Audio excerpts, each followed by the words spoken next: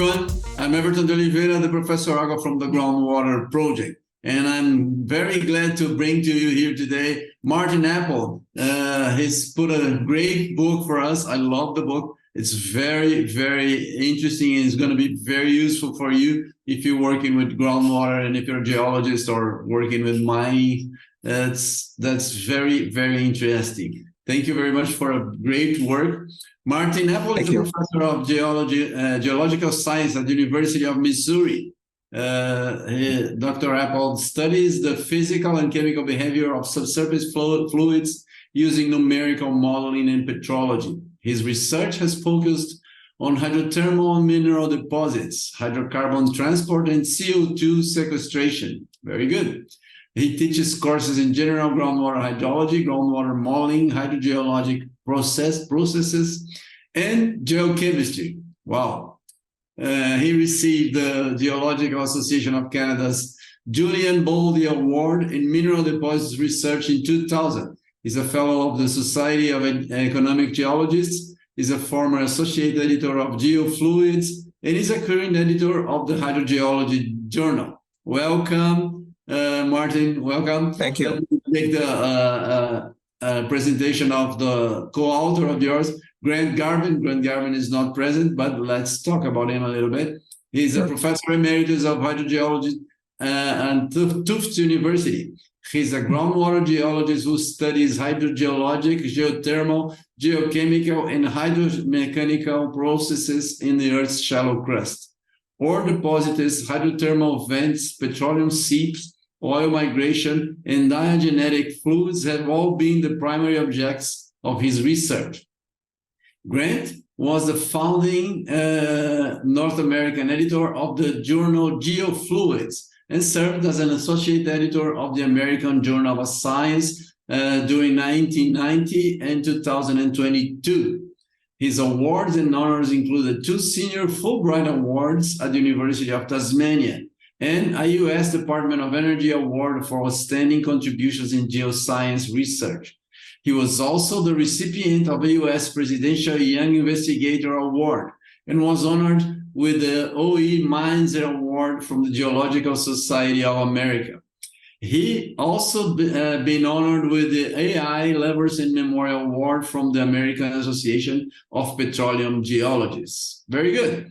Welcome, Martin. Welcome. Thank you for your contribution. Please tell us a little bit Pleasure to be here. And Grant Gavin, and how you ended up working together in this very nice book. Well, excuse me, Grant and I, we have a relationship that goes back to my doctoral student days. So Grant was my PhD advisor, and I went to work with him primarily because of my interest in the role of groundwater in the formation of hydrothermal mineral deposits.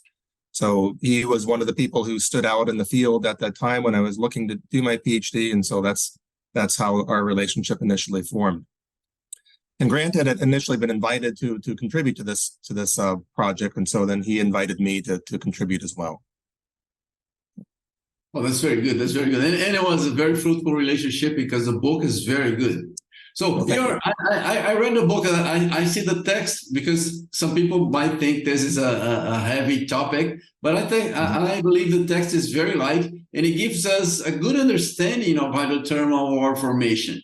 Could you stress for us the importance of groundwater knowledge contributions to understanding these deposits, like the vision of the independence of a magmatic heat source, for example? Could you stress that for us, please? Yes. Most ore deposits are in some way formed by water, by hot water. And so to understand the ore forming process really requires you to understand hydrology, because hydrology expresses the behavior of water in the subsurface. And so I think that's the point we were trying to make in the book, is just to highlight ways in which principles of hydrology could be applied to questions of ore genesis. And those really provide fundamental insights. And so in the case of the sediment-hosted base metal deposits, they are, for the most part, deep sedimentary brines that form the deposits. In the case of the magmatic deposits, it's a mixture of fluids that have been exhaled from the magma and then also mix with shallower meteoric water. So those dynamics are all governed by principles of hydrology. That's very nice. It's quite interesting the viewpoint that you've taken for the book. I like it very much because usually we were always, like I told you, I'm old school geologist, right? And then we had a different approach, right? I like it very Yeah, much the way it's presented. thank you. You picked four classes of ore deposits to present in your book: the Yes, Mississippi Valley type, the unconformity type uranium, yeah, sediment-hosted stratiform copper, and the porphyry copper deposits. Why this right. selection? Because there are many. Yeah. Right. There are many, and one of the challenges in writing the book was trying to narrow the scope enough to make it tractable to write and also tractable to read. So Yeah. partly our choices were governed by where our experience was. So I've spent much of my career studying Mississippi Valley type deposits, as has Grant. And then Grant has also done quite a bit of work on unconformity type uranium deposits. And I have a long-term interest in other sediment-hosted base metal deposits as well. So that was one factor. Another factor was where we were looking for examples of ore deposits where a lot of hydrologic study has been done. So most ore deposits have been studied very intensively by geochemical methods, isotopic methods. So there is a lot of data about them in those respects. And those methods have a lot to bring a lot to bear on our understanding of how the deposits form. But there's been generally, I'd say, much less work done on the hydrology of ore deposits, particularly modeling studies. And so we were looking for examples of deposits that have been well studied hydrologically. And so those are ones that stood out. Not the only ones, but those are four that particularly stood out. Yeah, but would you hint that this approach could be used for other ore deposits that could improve the understanding for general work in geology, for example? Yes, very much so. I mean, I personally believe these methods, hydrological methods, have been under applied to the study of ore deposits. And my hope is that there'll be growth in that field because I think there's a lot of good work that can be done and good insights that are out there waiting to be learned. That's very good. Is it possible to anticipate the evolution of research and understanding of hydrothermal ore deposits through groundwater research studies? Can you make it? Is it possible to understand the evolution of the field of the study? I'm not sure. I mean, I think there is much to learn still about the physical process or the physical hydrology of ore formation. Because that ultimately also that governs the flux of heat and the flux of solute, which are critical aspects of how ore deposits form. I mean, some of the things that I feel are big frontiers in ore deposits are geochemical in nature. For example, we don't have a good understanding of how trace elements are partitioned between water and minerals. So that's more of a geochemical factor. But then always coupling that together with the flow and the heat transport and the solute transport, I think putting those together is very much a hydrological problem. And I think that's so the coupling of independent, well, not independent, but a coupling of various processes involved in ore formation into comprehensive, cohesive models, I think is very much a need and still a frontier in the study. Okay. For those who don't know, how much what's the need of computer power for this model? Because there are computing intensive for coupling the equations and all the information on geochemistry and flow, right? Yeah. So I would say most of this work can be done on higher end desktop computers. When I first started in this work in the 1990s, we had so we had to go to the big computers. We had to go to clusters, or we had my grant invested in really high end computers that weren't really accessible to or most people in the general public or even the research community didn't have. But nowadays, I think you can do good and meaningful calculations on the better desktop computers that are available on the market.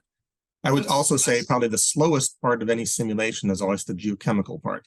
So there are just many chemical reactions that have to be processed in a reactive transport simulation. And that is probably where at least 90% of the computation time is. So, the good news is you don't need necessarily to have a really big or really high performance computer. Of course, it also depends on how big you want your model to be.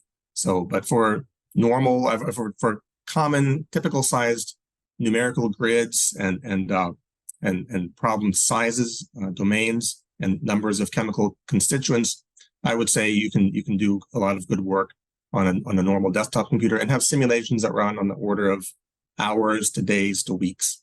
We usually put an end to it. If something is going to take more than about a month or two to run, then we look for ways to simplify the problem so it doesn't take as long. Okay.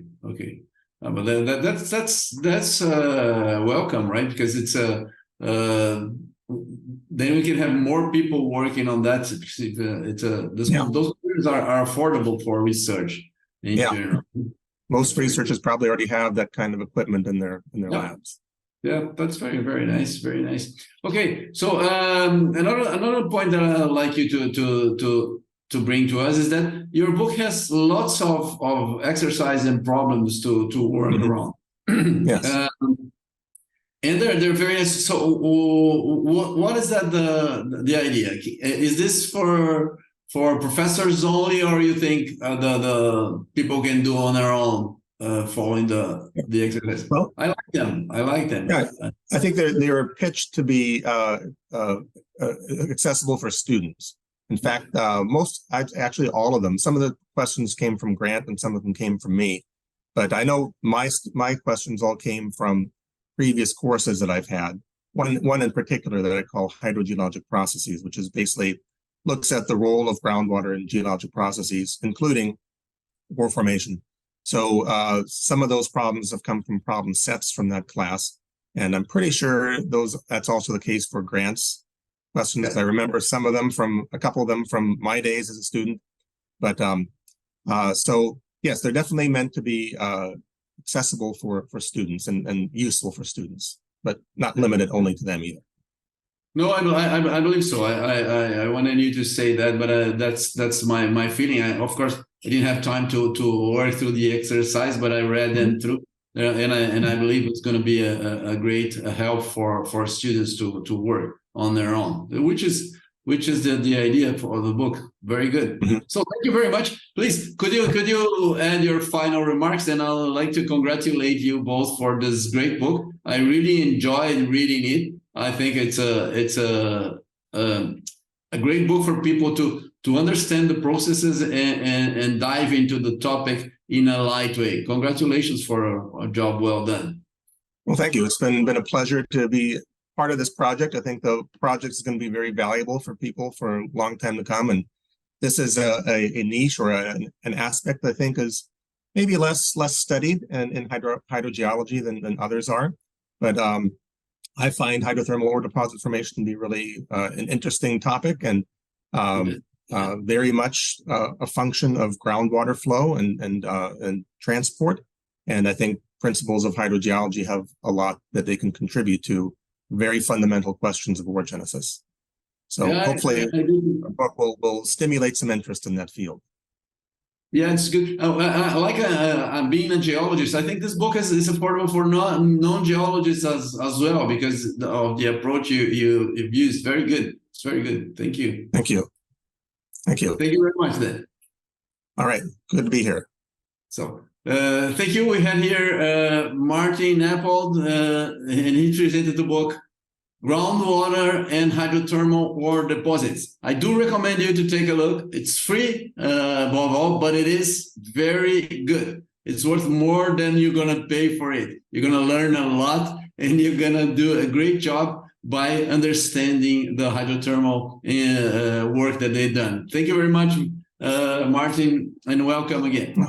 My pleasure. Thank you for having me. Thank you.